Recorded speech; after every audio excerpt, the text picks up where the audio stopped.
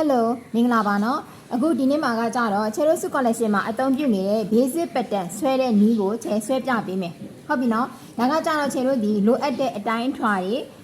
ဒါတွေကတွက်ထားပြီးသားအတိုင်းထွာတွေဟုတ်ပြီနော်ကဲအခုဒီမှာဆိုလို့ရှိရင်ချက်ကစကေးလေးချုပ်ပြီးတော့ဆွဲပြပေးမယ်ဘာကြောင့်လဲဆိုတော့လက်မအပြည့်နဲ့ဆိုလို့ရှိရင်ဒီဖုန်းစခရင်ထဲမှာအပြည့်မမြင်ရဘူးရွှေ့ပြီးတော့ကြည့်နေရတယ်အဲ့တော့အဆင်မပြေဘူးပေါ့နော်အဲ့ဒါကြောင့်အခုဒီမှာဒီချက်တလက်မကို1စင်တီစကေးလေးနဲ့ချုပ်ပြီးတော့ပတ်တန်အသေးလေးဆွဲပြပေးမယ်။ basic ပတ်တန်ကိုသိချင်တဲ့သူတွေကတော့ဒီဗီဒီယိုလေးကိုအဆုံးထိကြည့်ဖို့လိုပါလိမ့်မယ်။ကဲဒါဆိုလို့ရှိရင် Chero စတော့မယ်နော်။ Chero ကဒါ Chero ရဲ့ပတ်တန်ဆက်ကူမှာ Chero က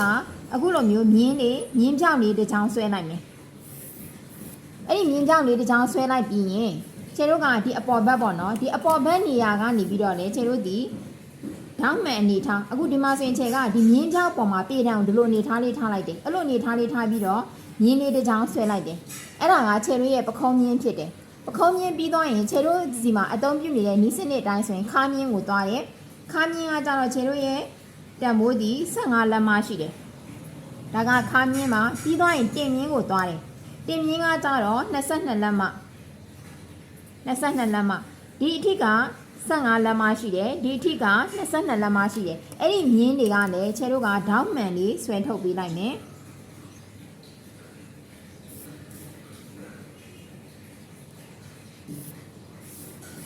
အဲ့ဒါပြီးသွားရင်တော့ချဲတို့ဒီမှာတွက်ထားတဲ့တမိုးကိုကြည့်မယ်ချဲတို့ရဲ့ပခုံးတမိုးက9လက်မရတယ်9လက်မရတယ်ဆိုရင်ချဲတို့ရဲ့ဓာဒီပခုံးမြင်းကနေပြီးတော့ချဲတို့က9လက်မဆိုတဲ့နေရာလေးမှာအမှတ်လေးတစ်မှန်မှန်လိုက်မယ်ပြီးတော့ရင်ချေတို့အသုံးပြုနေတဲ့ basic လက်ပင်ပါဖောက်တဲ့နီးစနစ်ကဘေးဘက်ကို2/6စိမ့်နဲ့ဖောက်တယ်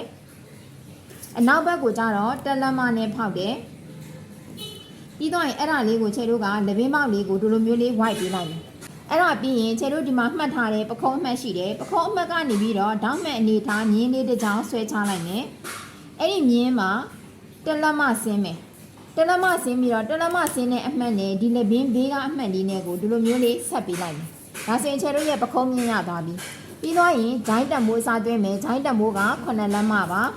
ဂျိုင်းတက်မိုး9လက်မဆိုရင်ဒီ1လက်မဆင်းထားတဲ့အမှတ်ကနေပြီးတော့9လက်မဆိုတဲ့နေရာလေးမှာအမှတ်လေးတစ်မှတ်မှတ်မယ်အဲ့ဒီအမှတ်ကနေပြီးတော့ကိုယ်ရဲ့ဘော်ကိုမြင်းမှတ်လေးတစ်ချောင်းဆွဲပါမယ်အဲ့ဒီမြင်းကကြတော့ရင်မြင်းဖြစ်တယ်ရင်မြင်းဖြစ်တဲ့အတွက်ကြောင့်ရင်တက်မိုးစားသွင်းမယ်6ပေါင်း1လက်မ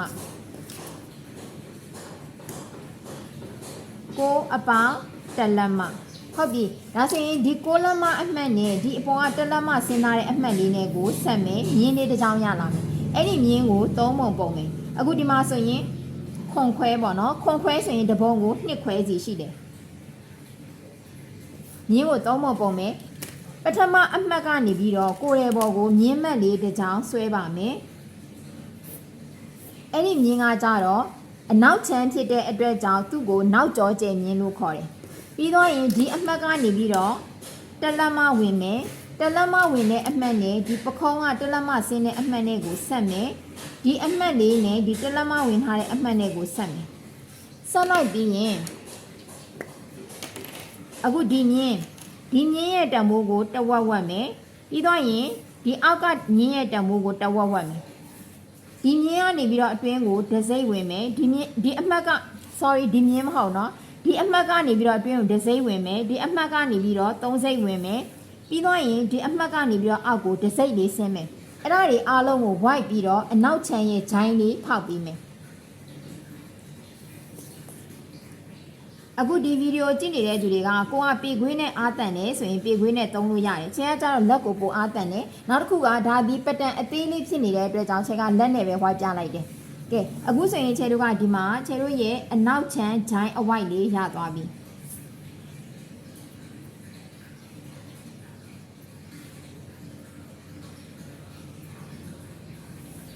ပြီးတော့ရင်ချဲတို့ကဒါဒီခါမြင်းမှာခါတက်မှုအစားသွင်းမယ်ခွန်အပေါင်း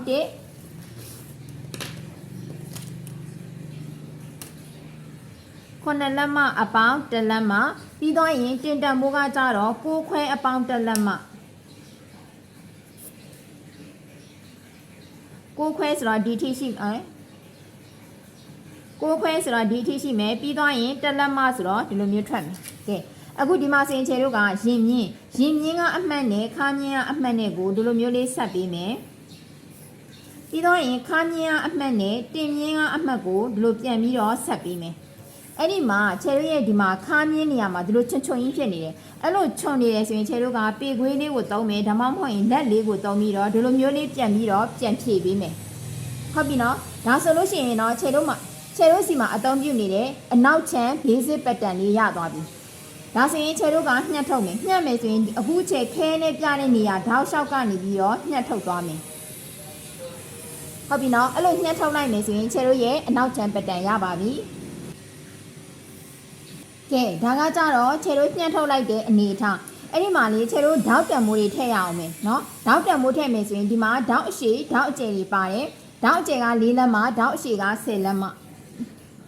ဓာတ်ကျဲ4လက်မလို့ပြောတဲ့အတွက်ကြောင့်ဒါရင်မြင့်ခါမြင့်တင်မြင့်အဲ့ဒီမြင့်တွေမှာခြေတို့က4လက်မဆိုတော့4လက်မဆိုတဲ့နေရာလေးတွေမှာအမှတ်လေးတွေမှတ်မယ်ပြီးတော့ရင်အဲ့ဒီအမှတ်တွေကိုဆက်ပြီးတော့မြင့်လေးတစ်ချောင်းဆွဲလိုက်မယ်ဓာတ်အရှိကကြတော့10လက်မလို့ပြောတဲ့အတွက်ကြောင့်ဓာတ်အရှိကိုထည့်မယ်ဆိုရင်ပခုံးအမှတ်ကနေပြီးတော့တိုင်းပေးရမယ်ဒီပခုံးစုံအမှတ်ကနေပြီးတော့10လက်မရှိတဲ့နေရာကဒီနေရာဟုတ်ပြီနော်ကဲပြီးတော့ရင်ဒါကခါမြင့်မှာဆိုရင်တစ်ဖက်ကိုဓာတ်ကို4စိတ်စီထည့်တယ်တင်မြင့်မှာကြတော့တစ်ဖက်ကို2စိတ်စီထည့်တယ်ဟုတ်ပြီနော်ဒါဆိုရင်အဲ့ဒီအမှတ်တွေကိုဆက်ပြီးတော့ခြေတို့ရဲ့အနောက်ချမ်းဓာတ်လေးရပါမယ်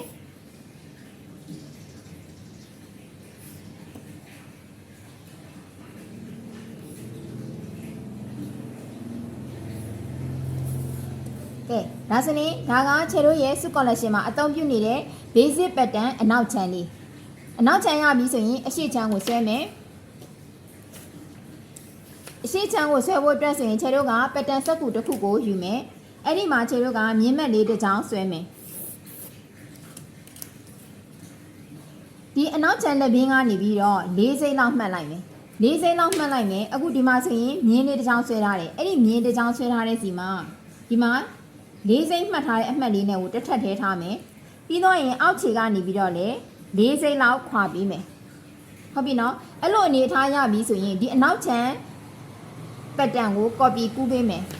copy ကူးတယ်ဆိုတာဒီအတိုင်းကိုလိုက်ဆွဲလိုက်တာနော်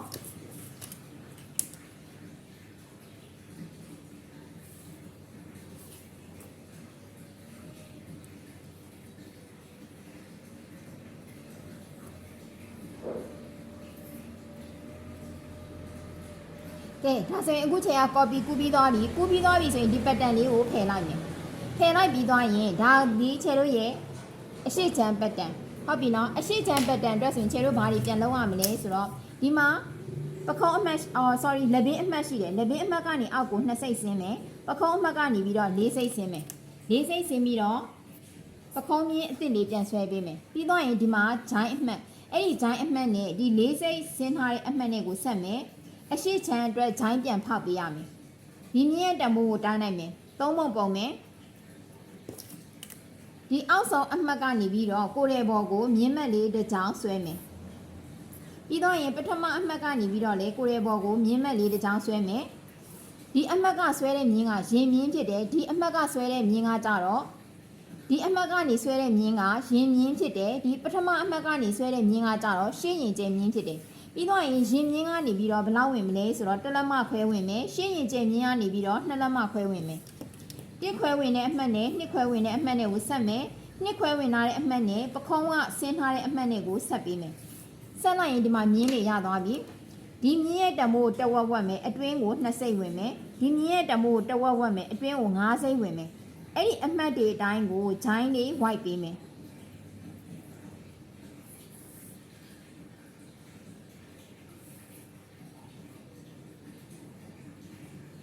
ကဲအခုဆိုရင်ခြေတို့ရဲ့အနောက်ချမ်းဂျိုင်းအဝိုက်လေးအခုဆိုရင်ခြေတို့ရဲ့အရှိချမ်းဂျိုင်းအဝိုက်လေးရသွားပြီအဲ့ဒါရသွားပြီဆိုရင်အရှိချမ်းလက်ဘင်းမောက်ကိုဖောက်မယ်အရှိချမ်းလက်ဘင်းမောက်ကိုဖောက်မယ်ဆိုရင်ခြေတို့ဒီမှာအရှိချမ်းပခုံးအမှတ်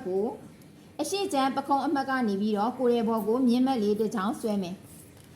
အောက်ဘက်ကိုဘယ်လောက်ဆင်းမလဲဆိုတော့3လက်မဆင်းမယ်3လက်မဆင်းတဲ့အမှတ်နဲ့ဒီအမှတ်လေးနဲ့ကိုဆက်ပေးမယ်ဒီမြင်းရဲ့တံမိုးကိုတဝက်ဝက်မယ်အတွင်းကို6စိတ်ဝင်မယ်ဒီလိုမျိုးလေး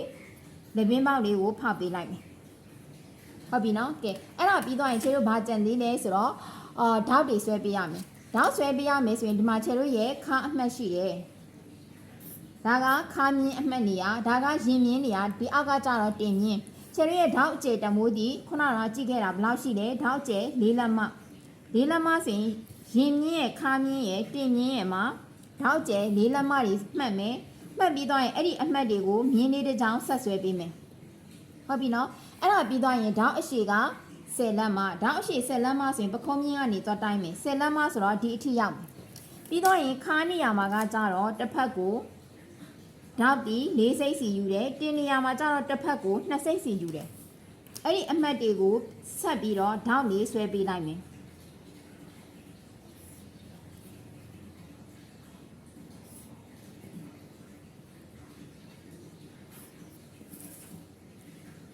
ကဲဒါကကြတော့ခြေရုပ်စု collection မှာအသုံးပြုနေတဲ့ basic pattern အရှိချမ်းเนาะအခုဒီမှာဆိုရင်ခြေခဲနဲ့ကြားတဲ့နေရာတွေအတိုင်းကိုခြေတို့ကညှက်ထုတ်လိုက်မယ်ဆိုလို့ရှိရင် basic pattern အရှိချမ်းလေးရမယ်ဒါကကြတော့ခြေတို့ရဲ့အရှိချမ်းလေးပါအဲ့ဒါပြီးသွားရင်တော့ခြေတို့ကလက် pattern ကိုဆွဲမယ်လက် pattern ကိုဆွဲမယ်ဆိုရင်လည်းခြေတို့ဒီမှာတွက်ထားပြီးသားပုံတည်နည်းသည်လက်အရှိက9လက်မှလက်ဝါက6လက်မှရှိတယ်ခြေတို့ဒီမှာပတန်ဆက်ကူမှာမြင်းကြောက်လေးတစ်ချောင်းဆွဲလိုက်မယ်ခြေတို့ရဲ့လက်အရှိက9လက်မှဖြစ်တဲ့အတွက်ကြောင့်9လက်မှဆိုတဲ့နေရာမှာဒီလိုမျိုးအမှတ်လေးမှတ်လိုက်မယ်ပြီးတော့ရင်အဲ့ဒီအမှတ်ကနေပြီးတော့ခြေတို့ကဒေါင်းမှန်နေထားမြင်းလေးတစ်ချောင်းဆွဲတယ်အဲ့ဒီအမှတ်ကနေပြီးတော့ဘလောက်ဆင်းမဲဆိုတော့၄စိတ်ဆင်းမယ်ပြီးတော့ရင်ခြေတို့ရဲ့ဂျိုင်းတက်မိုးအစားသွင်းတယ်ဂျိုင်းတက်မိုးက9လက်မှဂျိုင်းတက်မိုးကိုအစားသွင်းတယ်အဲ့ဒီဂျိုင်းတက်မိုးစားသွင်းထားတဲ့နေရာကနေပြီးတော့လေဒေါင်းမှန်အနေထားမြင်းလေးတစ်ချောင်းဆွဲတယ်ဘယ်နဲ့လက်မဝင်လဲဆိုတော့၄လက်မဝင်တယ်၄လက်မဝင်တဲ့အမှတ်နဲ့၄စိတ်ဆင်းတဲ့အမှတ်နဲ့ကိုဆက်မယ်ဆက်ပြီးတော့ရင်အဲ့ဒီမြင်းရဲ့တက်မိုးကို3ပုံပုံမယ်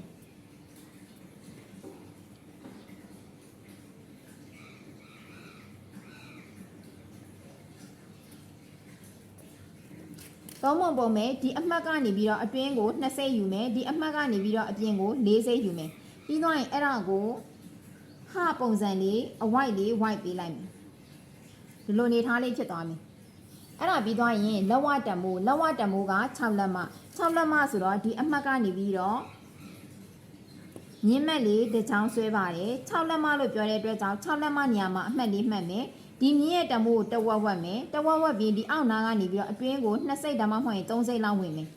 အဲ့ဒီဝင်လာတဲ့အမှတ်လေးနဲ့ဒီအမှတ်လေးနဲ့ကိုဆက်ပေးမယ်ဟုတ်ပြီနော်ဒါဆိုရင်ခြေတို့ရဲ့လက်ပတ်တန်လေးရပြီအခုဒီမှာကျတော့ခြေကပတ်တန်ကိုတရွက်ထဲညှက်ထားတာဖြစ်တဲ့အတွက်ကြောင့်ဒီနေရာကိုခောက်ကြောင်လေးထားပေးရမယ်ခောက်ကြောင်လေးထားပြီးတော့ညှက်မှအဆင်ပြေလိမ့်မယ်ဟုတ်ပြီနော်ကဲဒါဆိုလို့ရှိရင်အခုချက်ခဲနဲ့ဆွဲပြသွားတဲ့ထောက်လျှောက်ကနေပြီးတော့ကတ်ကြီးလေးနဲ့ညှက်ပေးလိုက်ပါလက်ပတ်တန်လေးထွက်လာပါမယ်ကဲအခုဆိုရင်ဒါလေးတွေကခြေရုပ်စု collection မှာအသုံးပြုနေတဲ့ basic pattern အနောက်ချမ်း basic pattern အနောက်ချမ်းဒါကအရှိချမ်းနဲ့လက်ပတ်တန်ဖြစ်တယ်ဟုတ်ပြီနော်စကေးကိုချုပ်ပြီးတော့ဆွဲထားပေးတာဖြစ်တယ်အဲ့ဒီတော့ကိုကစကေးအပြည့်နဲ့ကိုမကိုပြန်ပြီးတော့ဆွဲကြည့်ပါစကေးကိုချုပ်ပြီးတော့ဆွဲထားပြတော့လေအခုဒီမှာသမီးတို့မြင်တာတယ်ပက်တန်တစ်ခုလုံးကိုမြင်ရတယ်ဟုတ်ပြီနော်ခြေကအဲ့ဒါကြောင့်မို့လို့စကေးကိုချုပ်ပြီးတော့ဆွဲပြပေးတာဖြစ်တယ်နောက်တစ်ခုကဒါဒီခြေတို့ဒီပုံမှန်ခန္ဓာကိုယ်တွေအတွက်ပဲအသုံးပြုနေတဲ့အနေအထားဖြစ်တယ်ပြောင်းလဲသွားတဲ့ခန္ဓာကိုယ်တွေအတွက်ကြောင့်ခြေတို့ကပြန်ပြီးတော့ပြင်ဆင်ရတဲ့အချက်လေးတွေရှိတယ်အဲ့လိုအချက်လေးတွေကိုလည်းကိုကအသေးစိတ်သိချင်တယ်သင်ယူချင်တယ်ဆိုရင်တော့ချက်စီမှာ online အတန်းတွေရှိသလိုအပြင်အတန်းတွေလည်းရှိတယ်ကိုနဲ့တင့်တော်တဲ့အတန်းတွေကိုရွေးချယ်ပြီးတော့တက်လို့ရပါတယ်ဟုတ်ပြီနော်ကျေးဇူးတင်ပါတယ်ဒီချက်စုပါ